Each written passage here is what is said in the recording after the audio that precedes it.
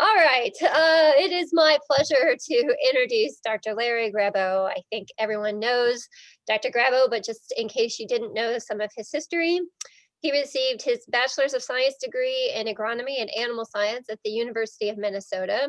He then moved to the University of Missouri, where he received his master's degree in agronomy, and then his PhD also at the University of Missouri in crop science. He joined us in Plant and Soil Sciences in 1984, I believe. Am I right, Larry? Right at the end of that year, yes. At the end of 1984. And then he went through the usual stages, assistant, associate, and full professor in our department. Many of you know Larry has been very committed to teaching and learning all of his career, and that's reflected in his CV. He served as the director of the Teaching and Learning Center from 2001 until 2003. He served as the assistant dean for academic programs. I guess that was probably in our college. Am I right, Larry? Yes. Yep, from 2009 until 2011. And then in 2011, he transitioned into the associate dean for instruction, which he held until just last year, 2019. In our department, Larry's been instrumental. I think he was one of the originators of PLS 104, which, as you all know, is an important course for our department. He also taught for many years PLS 366, the Fundamentals of Soil Science class. One thing you may not know is that Larry got his PhD, a second PhD in the not so distant past. He completed that. I didn't write it down, Larry, 2017, is that correct? Yes. 2017, a second PhD in education, which he got here at the University of Kentucky. And I believe it's linked to what he's going to talk about. That PhD work is linked to what he's going to talk about today. So I'll turn it over to you, Larry. Thank you very much, Rebecca, and thanks to each one of you for being part of this. This really represents an effort that I was planning last year to reinvent my research identity. And so going off on a sabbatic, meeting people who were doing this kind of work in Europe and elsewhere seemed like a great idea. There were a few bumps along the road. Of late, I guess we're all experiencing some bumps along our general road with the pandemic. Today's talk is, as you see, about linkages between some measures that are related to science. Science epistemology is about the nature of science. What does science constitute? How do we think science? Do we like science? And how do we do on standardized exams? But the underlying question there is, can we do things as teachers, both in the secondary school level and at the university level, to take advantage of whatever linkages are there? So this is the spoiler alert, and what it says essentially is that the project worked. We had 12 projects across the total of 21 different, very diverse nations and regions. And so it's a 3 research question kind of project. And as you see there, the 3 statements regarding something I call science dispositions for the sake of this seminar, is all 3 of them came out pretty well. The bottom line is the implication, and the sense that I have from this is that we ought to be thinking about how we craft our learning environments at the school and classroom levels if we're going to try to make some good out of this.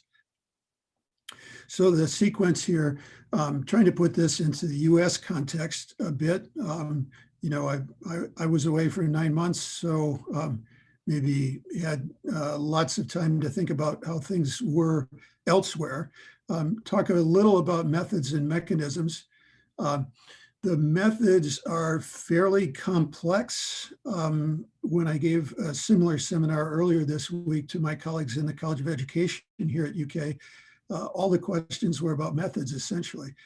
I'm anticipating that this group is going to be more interested in what I think we learned rather than how we got there. But as a researcher, you're going to see the data. So that's the third part. And then the last part, very briefly, some inferences and limitations. What we won't do today is talk about student development, although I believe in that. I believe in faculty development too, by the way. This won't also be, neither will it be a thorough literature review. I've immersed myself in that literature, but this is just going to skim it. It won't be a report on published manuscripts. They're all, a whole raft of them in process. Finally got a full one off, the first full manuscript off to my co-authors today. So hopefully we'll be submitting soon. And finally, it won't be what my mentor in the French-speaking part of Belgium asked me at my seminar there. So how do you teach this? What do you do? This is more about a background sort of theoretical approach. Does it work to teach in a broad kind of way? Can you make a difference that way? And rather than what are the specific nuts and bolts do you do? He regretted that, and I regretted that too. So we're just going to put a couple of blocks on top of each other today rather than building the whole castle.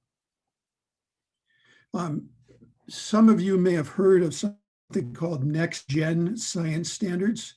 And this is the big deal in secondary education in the US right now.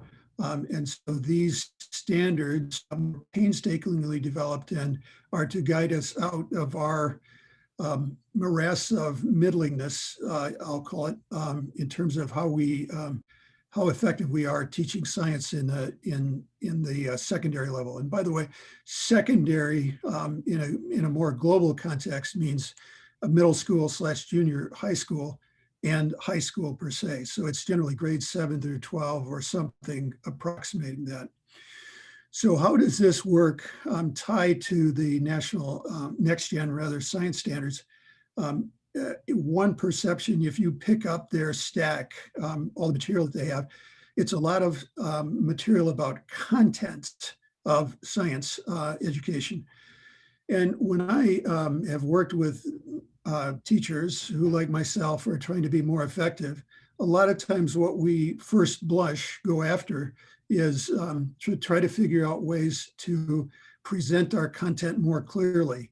So if the students aren't getting it, we say it more ways or say it faster or say it louder, rather than trying to figure out, so what is the learning environment? How do students really learn? What do they have to maybe do to learn something? So science epistemology, or many will call this the nature of science, invokes a lot of things that help students. You know, if experiments are what you need to do and students do experiments, then they seem to be more likely to be engaged in discovery. And the National Science Teachers Association really has pulled out of this vast volume of science standards some focus on nature of science. So it is clearly there. This is a parallel effort then to next gen. It has a little bit different focus, what we're talking about here. So why do this research? When I saw this image, I thought, yes, that's what it's about. Many people are marginalized in an educational context, and marginalized especially in the context of science learning. And so there are quite a number of factors there that are problematic. Immigrant status, girls in a science context in most, but not all of the world, home language, grade level that you're at, poverty. So there are a lot of reasons there. Why go to Belgium? That wouldn't maybe be anybody's first thought. I had some family connections in Belgium. Our son had done a dissertation there, and we knew a lot about that country. And what I knew really drew me to come for this, to have this as our landing spot, my landing spot for the research. Belgium has a northern portion, which is Dutch speaking, and we were living in Flemish Brabant in a small city called Leuven. And just south of that, an hour's train ride, was a town called Louvain-la-Neuve. and an offshoot of the original university, both claiming the full heritage. So that southern portion is French speaking. There are some similarities, but lots and lots of differences between those two portions of the nation. And that gave me a good place to start from, and then travel to and interact with other folks in other parts of Europe and slightly beyond. What has surprised me in terms of these things? I knew something about this area before I went. As Rebecca indicated, I did a dissertation on a related topic. Grade retention really surprised me. And now this is in French. Maybe that gives you a taste for what it's like. And if you don't read French, that's okay. This column, about 13% of the students, 15-year-olds who took the standardized exam in 2015, that's the year of this data, were 2 or 3 grades behind. Standard grade for these exams would be 10th grade, 15 years old and or so. And so 13% of them were 2 or 3 grades behind. This pair of bars, if you total those at about 35%, those are students that are 1 grade behind. So nearly half of the students in the French-speaking part of Belgium were behind grade level. And of course, if you're testing based on what you expect students to know and be able to do when they're in 10th grade, and half of them are behind that, some well behind that, it's going to cause some problems for student achievement and student learning. They just haven't had the experience yet. Tracking in Belgium, Germany, Luxembourg, Spain is a tremendous factor. It's not just like having a few students go to an AP or an IB class. This is like everybody is segregated into tracking that puts you on a vocational, technical, academic track, or others, artistic, for example. Home language, occasionally, there are a couple of times that it came out upside down. You know, in Dutch-speaking Belgium and in Finland, where the normal expectation of the majority language would do better was different in those places. And finally, I had published a dissertation on this and somehow missed the emphasis that the Europeans had on these kinds of things, on experimental and longitudinal research to support conclusions. You'll see that this data set is going to give you correlational results that are pretty profound in many cases, but still correlations. And so they told me, you can't publish that in Europe. You have to be able to do more with this. So the original paper that I wrote that came out of my dissertation is this one. I think maybe my best qualifications for studying science education are that I've spent my career as a science educator, and that I've also spent 6 summers, happened to be with the Governor's Scholarship Program, working with secondary students. So I do have some experience there in that realm. What are the commonly held views of science? There are 2 that aren't on this screen. One is that it's completely irrelevant. And another is that it has answers for all of life's questions. I would submit that probably both of those are wrong-headed approaches to what science is about. These 2, I think, are more common, so that it's received knowledge. The teacher knows, the teacher teaches, and the facts are the facts. They don't change. Students memorize them, or they don't, or they partially memorize them. And the students then ask, okay, students, you have to tell me what you learned, but it's typically on a sort of a mechanistic kind of approach. Some students get great grades. It's hard to believe that a student would prosper in that system apart from a high level of individual motivation. Regarding nature of science, the teacher is one here who believes that it's great to understand how science works. So she or he is working on a learning environment that's going to stimulate that opportunity for students. Students are going to require support. That zone of proximal development is a concept from Vygotsky, and I did do some coursework in education. So how do you support someone while you challenge them? And hopefully students get a better idea of what's going on in science and are more excited about it, et cetera. So this is now getting into a little bit of the methods lingo, the construct of science epistemology. And that's taking these 6 items in the blue box and putting them together with a fairly complex item response theory, and then making some meaning out of those. If you look at the items in the box, 3 relate to experimentation, and 3 relate to the sort of changeable nature of science. And so just as not an aside, but as something that maybe is very relevant right now, how do we decide about whether we ought to wear masks or not? And so we could have early on in a pandemic where a real scientist could say, hey, save those masks for the medical people. And then later on, the same scientist might say, everybody needs to wear masks whenever they're around other people. And so does science change? Well, that seems self-evident, but if a student believes science is immutable and facts are facts, then they're going to have a hard time putting together a science context.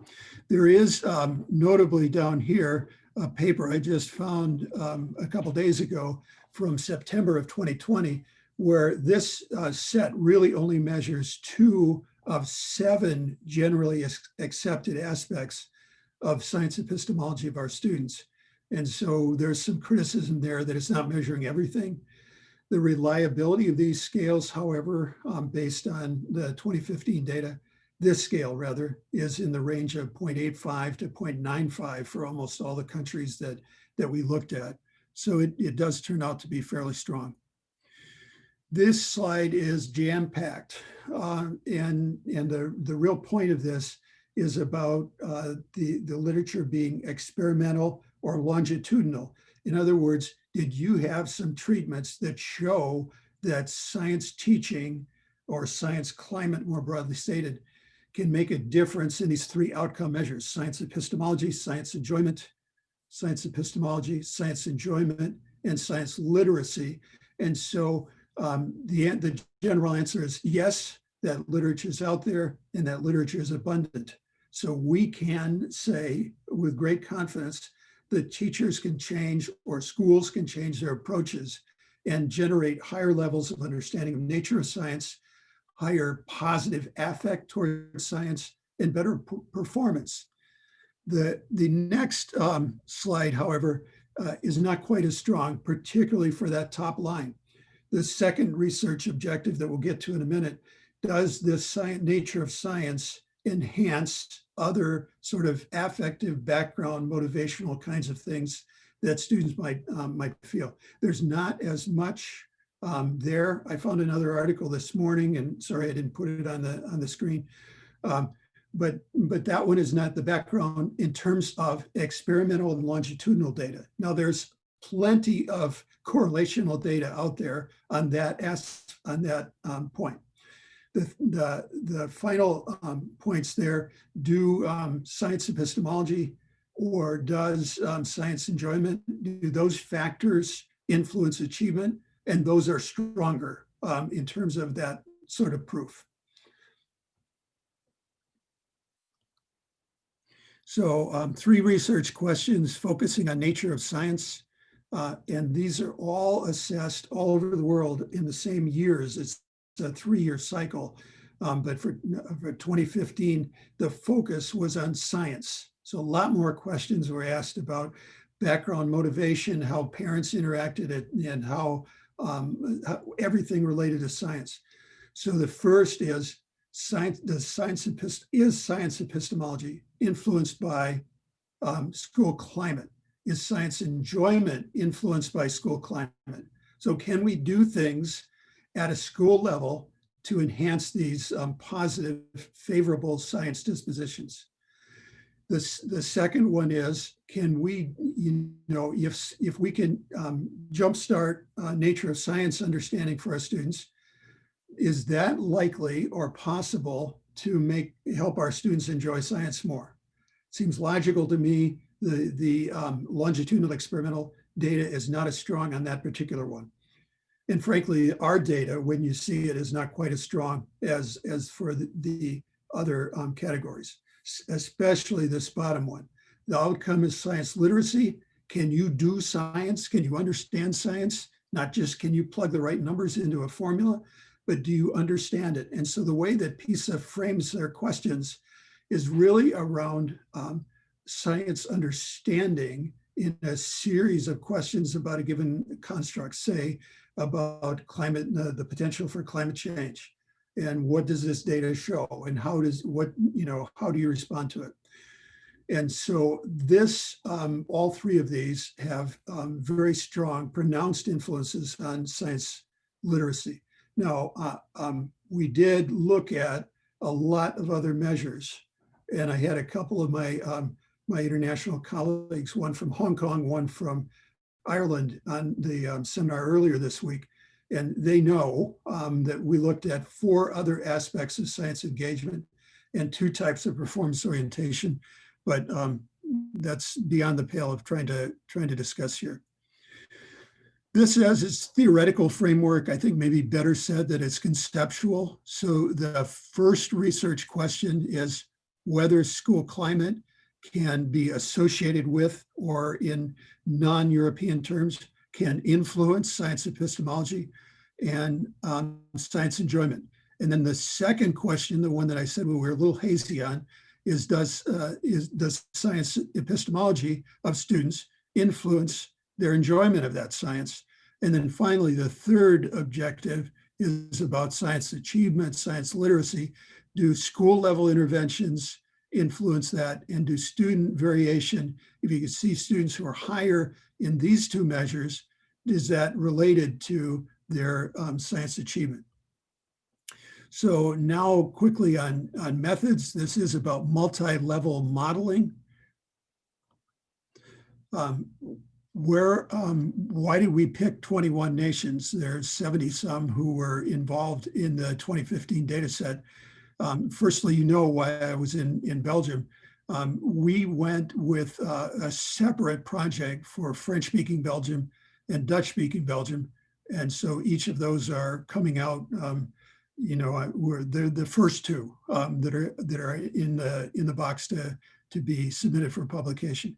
We also did some projects that were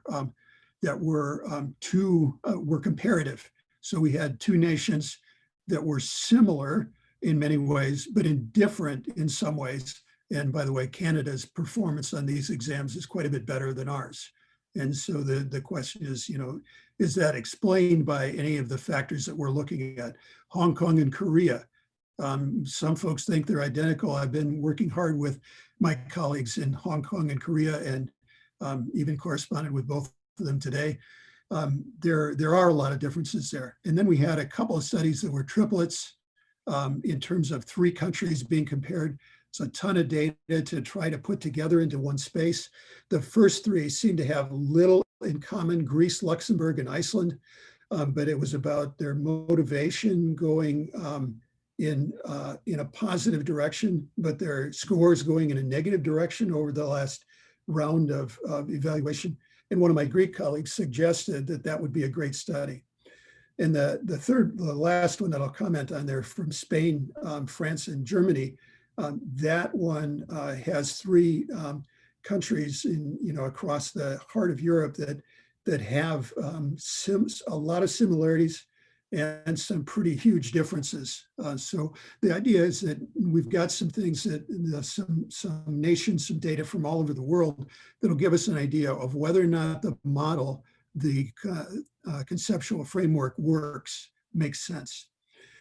I'm going to sail through this page. What we were using is something called HLM. It's hierarchical linear modeling, and briefly it allows you to use nested data and nested not quite in the sense of split plots and whole plots and that sort of thing, but nested in the sense of you've got a school and you've got students within schools, and school factors influence outcomes, student factors influence outcomes. And so this is an elegant way to get after that kind of question.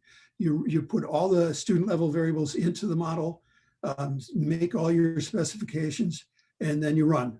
And then you drop out the least significant variable and then run it again and keep dropping until only student level variables that are significant stay put. Same thing at the school level. Finally, when you're done, you've got something called a parsimonious model. It's got everything all put together at both levels. And when you have thousands of students involved in a study, oftentimes at the student level, we get lots of significance. And so it's an effort to get at, whether those significant effects were important or not. We use the Cohen measure for effect size, and you'll see that. So these are descriptive statistics, and I know there's a lot of data on that slide.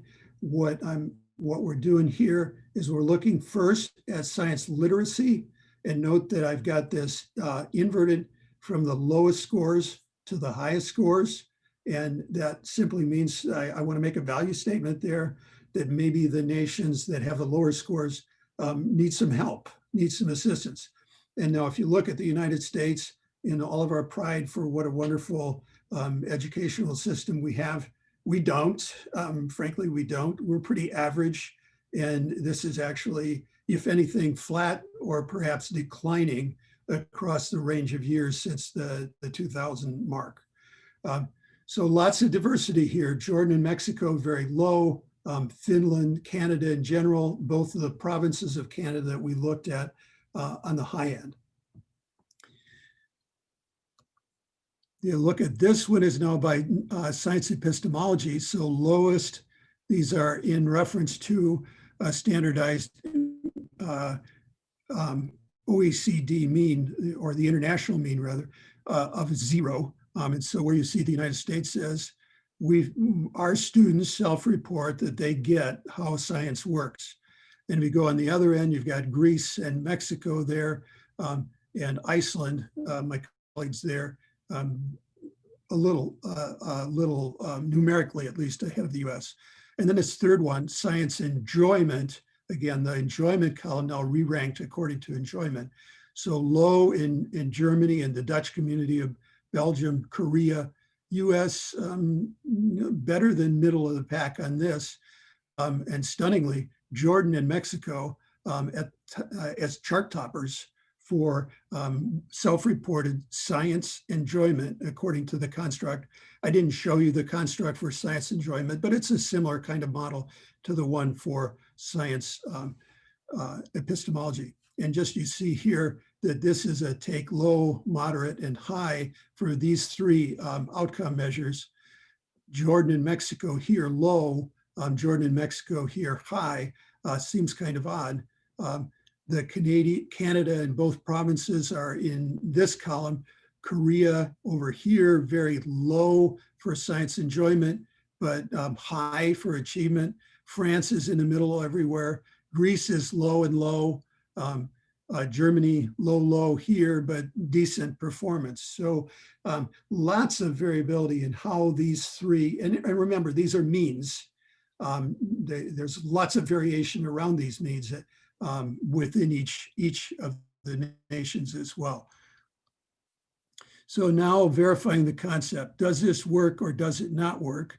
So this time, table 2A here, this column has the nations, that first batch of nations in the blue had no school level factors, that is school climate factors, like disciplinary climate in science class. Do we get down to business? Do students have a chance to sit and think? Are they, is it a calm environment? Teaching support is, does my teacher help me out? Does she give me a chance to ask questions? Does he show me where I've made mistakes, et cetera? And instructional leadership rather is reported from principals and how they felt about how they were doing their jobs in terms of providing assistance for the students. And then finally, this, here it is. PS is parental support. And so parental support is a measure of how at a school level, these questions are asked. That question is asked at a student level and then aggregated up to the school level. So the common feature here is that disciplinary climate was important for roughly half of the nations in the study, and positive in every case. So if we can generate a science learning environment where it's simply well organized, our students are generally going to learn more. If we've got schools where, not learn more here, have a higher view of science, have a better understanding of science. And there are a few nations where teaching support also slid into that. And interestingly, the United States had a negative relationship between teaching support. We can address that later if you wish. This one now is ranking for science enjoyment. So we're in this column now, and almost all of the nations, save Chile and Luxembourg, had a school level factor, which was important. And it's clear that the most important school level factor by far across this set of nations was teaching support. So if my teacher is with me, I'm more likely to enjoy science. You can guess maybe frustrations happen if you don't know what's going on or what you're supposed to do, et cetera. But quite a few nations with the doubles there.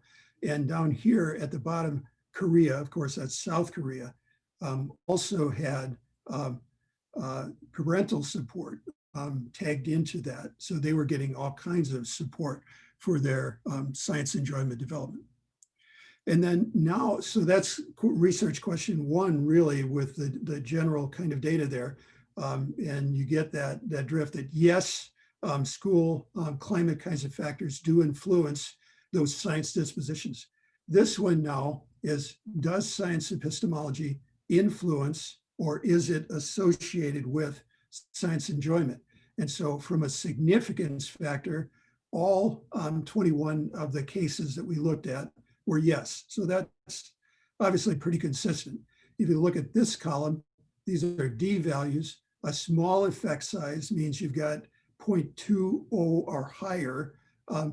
So several nations, including the US, had significant outcomes for this, but most of the nations were, in the small category. So this effect is not humongous, not ginormous, if you will.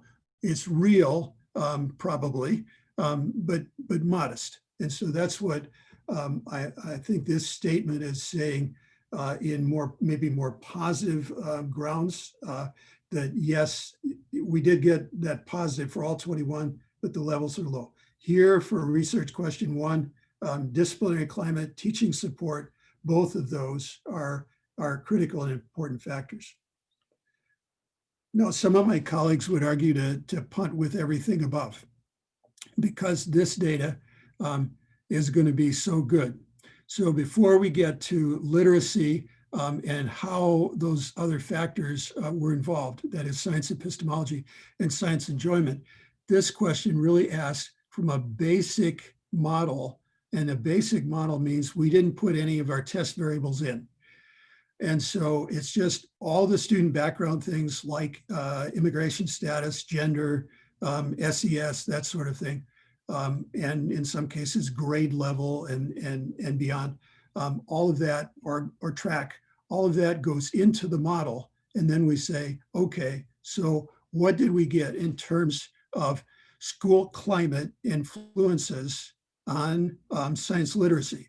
And for lots and lots of school systems and even ministers of education in European countries, this is where the rub is, because they want to know, can we do something to help our students learn more or better? And so the sort of answer to that is slightly more than half of these nations came out with disciplinary climate, and all of those were positive.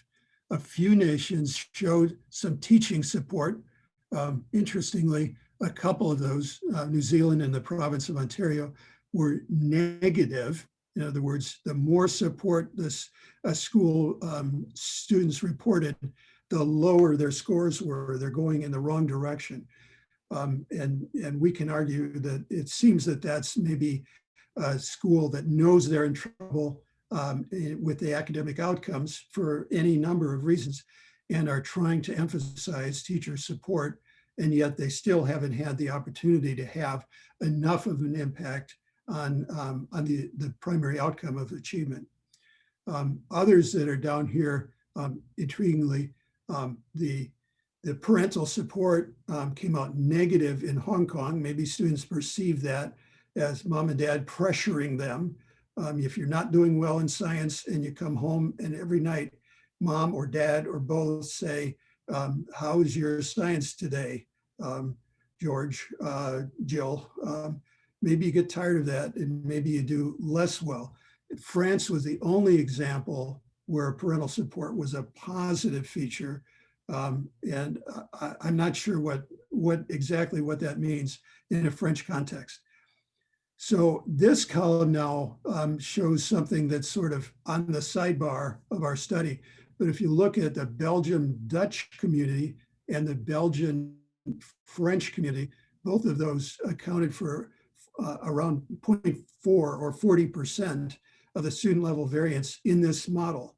And so models that look at student outcomes in this kind of data set typically produce somewhere 7, 8, 10, 12% cover that amount of variance. These systems are highly structured with different grade levels, different tracks that really accounted for a lot of variance. That would also be true in places like Germany, Spain, and down here for Luxembourg.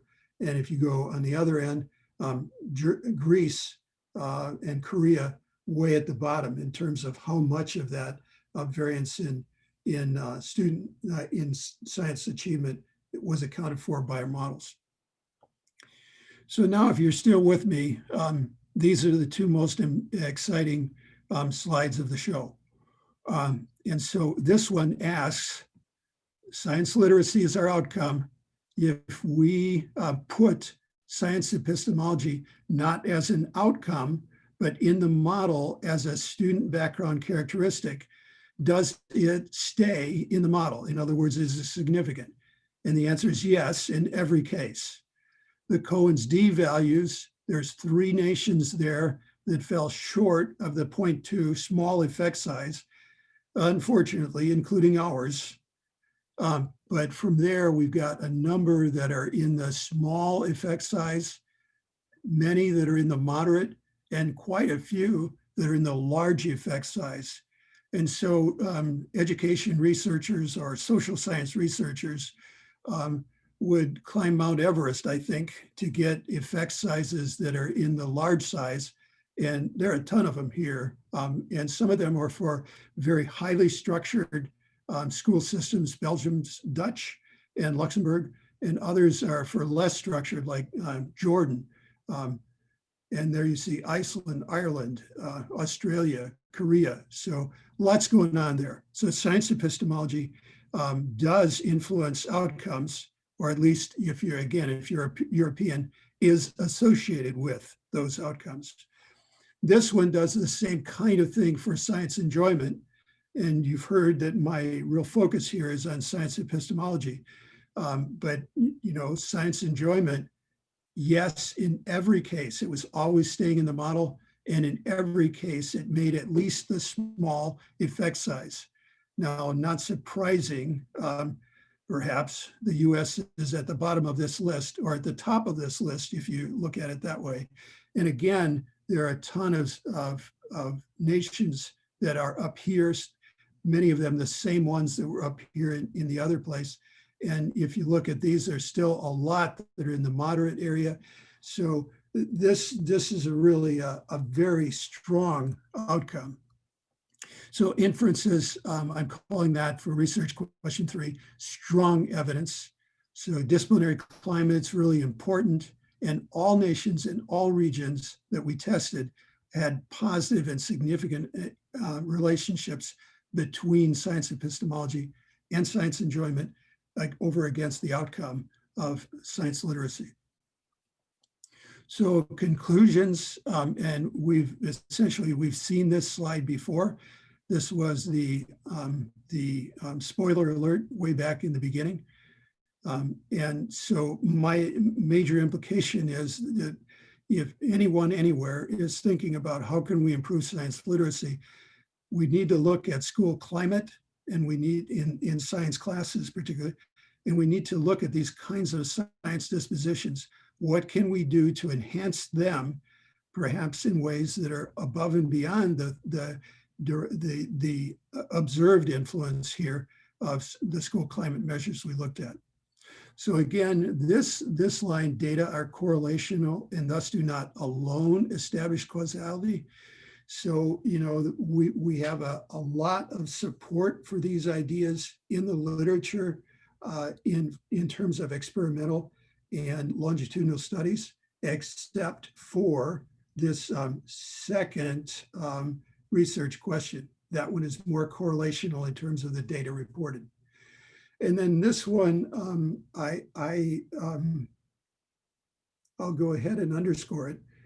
Some teachers, some schools, some nations and regions are deeply invested in teaching science as a set of disjointed facts. One of my colleagues said, well, the reason my country does so poorly on this is we teach science as information, and that's how we test science. And so when PISA comes along and asks if you understand science and can do science, our students do poorly, and that's not our fault. So, you know, we have whole nations that see it that way. And, you know, we maybe can argue about this here in this seminar format, now that I'm going to stop talking, whether or not the US as a whole, as our science teachers, we have some exemplary science teachers in our country. We have some exemplary schools. We have lots and lots of information coming out of colleges of education and colleges of science related to science, life sciences, that say, hey, we need to do these kinds of things. We need to make science more enjoyable. We need to help students understand how science works instead of just telling them the facts. But there are a lot of our teachers who are, say this kind of thing. I don't have time to have them do experiments. I need to just tell them what the experiments show, or just tell them what the facts are, and otherwise I'll never get through all my stuff. So 3 pages here of references, and these are the ones that were in the body of the seminar. And with that, Rebecca, I think I'm finished talking for now, and we'll be glad to entertain questions. Great. Thank you very much, Larry. I appreciate it. Feel free to chime in and just verbally, if you want to have a question, you can also add it into the chat box, and I'll be watching that for Larry as well. Who'd like to get us started with questions?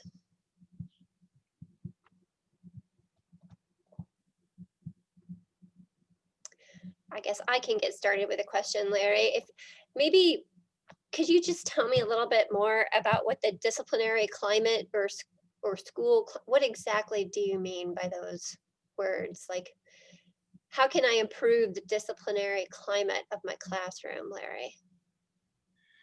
So I have lots of ideas. Let me just say first, how was that construct built? And so that's who PISA is. Everything is built from constructs. So disciplinary climate has 4 measures, which I don't have, ready to pull up on the screen here today.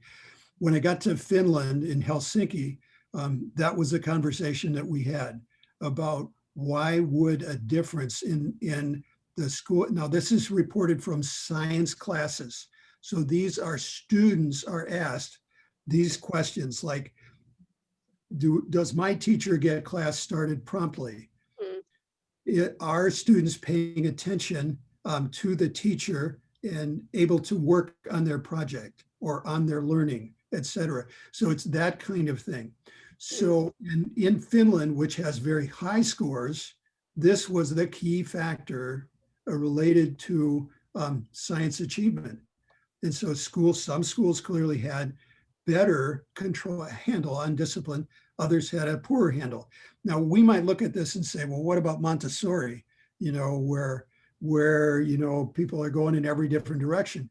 But again, it's an organized chaos instead of a disorganized chaos. And I think that would be one way to think about it.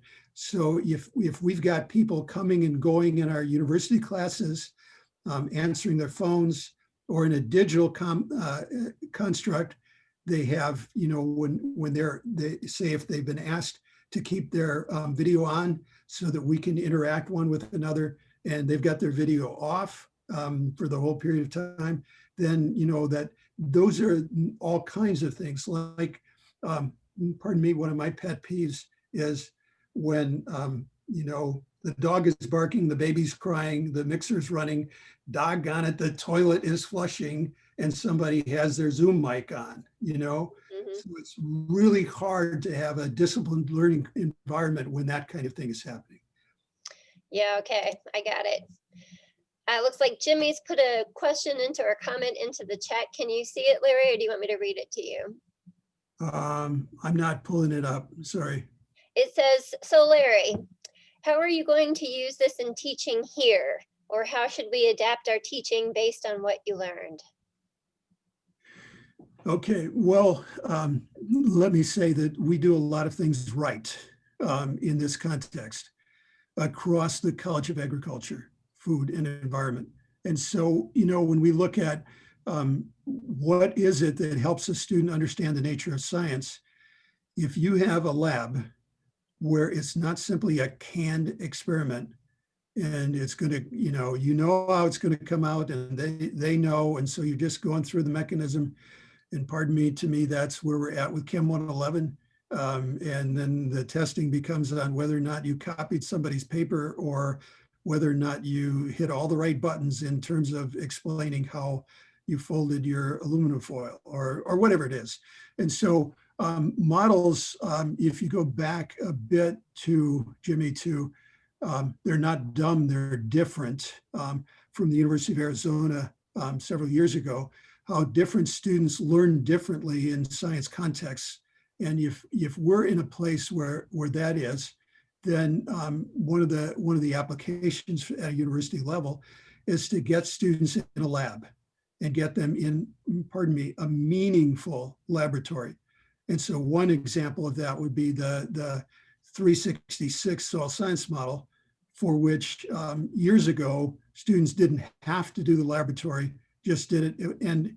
And science and soil science, pardon me if Dave or Chris are on the screen, can sometimes feel like students like calculus, a lot of concepts. But if they can get in a lab and experience it and feel the soil and color the soil, et cetera, it seems that's a way better. So that's one of the key things, and especially difficult now. How do we have meaningful laboratory experiences? And that seems to be having your hands on it and not having, here's the outcome is what it's going to be. So there is some variability in how things come out, and you have to explain that. So Larry, Lou has written in saying, taking Jimmy's question a step up the chain, what are some examples of structural change or incentive that the college or university might be able to employ to increase the quality of our courses? Well, Lou, that one takes this well beyond the sort of does the model work to what are the policy implications at the college or university or even at a national kind of level. So many of my colleagues in other countries, the way they answer this question is about teacher training and teacher development and or professional development for teachers. And so do they and their nations provide appropriate support for entry-level science teachers in secondary school. And then the subsequent question is, okay, so how do we do on ongoing professional development? And Finland is one of those nations where this is a very big deal.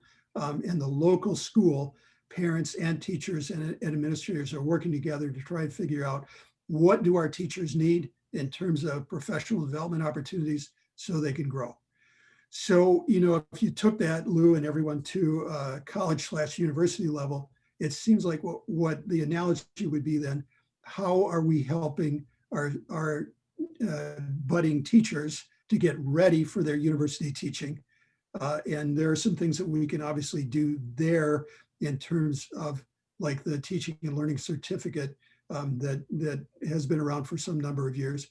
And the other is, what do we do in terms of faculty development to help our teachers continue to grow and develop? And right now, obviously, how can we be more effective in an online environment? Because whether we're in class and teaching to in-person and online students, or just fully online, we've got all kinds of new challenges that most of us have little experience or training in dealing with. And so to me, that would be the most important thing, Lou, would be how could we help our folks do that? And a lot of this is like, we are all scrambling and we are learning from each other how to pull these things off.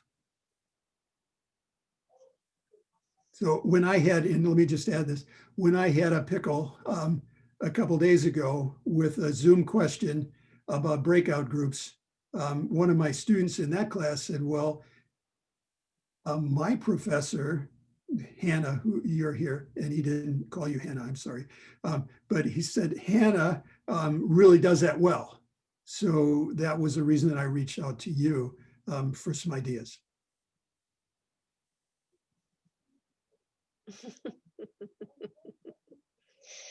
Any other questions for Larry?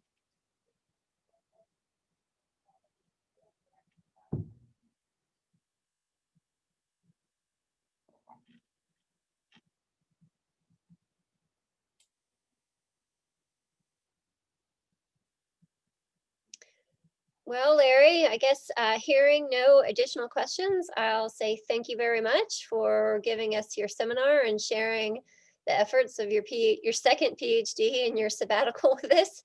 And thank you everybody for joining us today. And we'll look forward to seeing you all next week. Thank you. Yeah, thank you. Thank you, Jenny.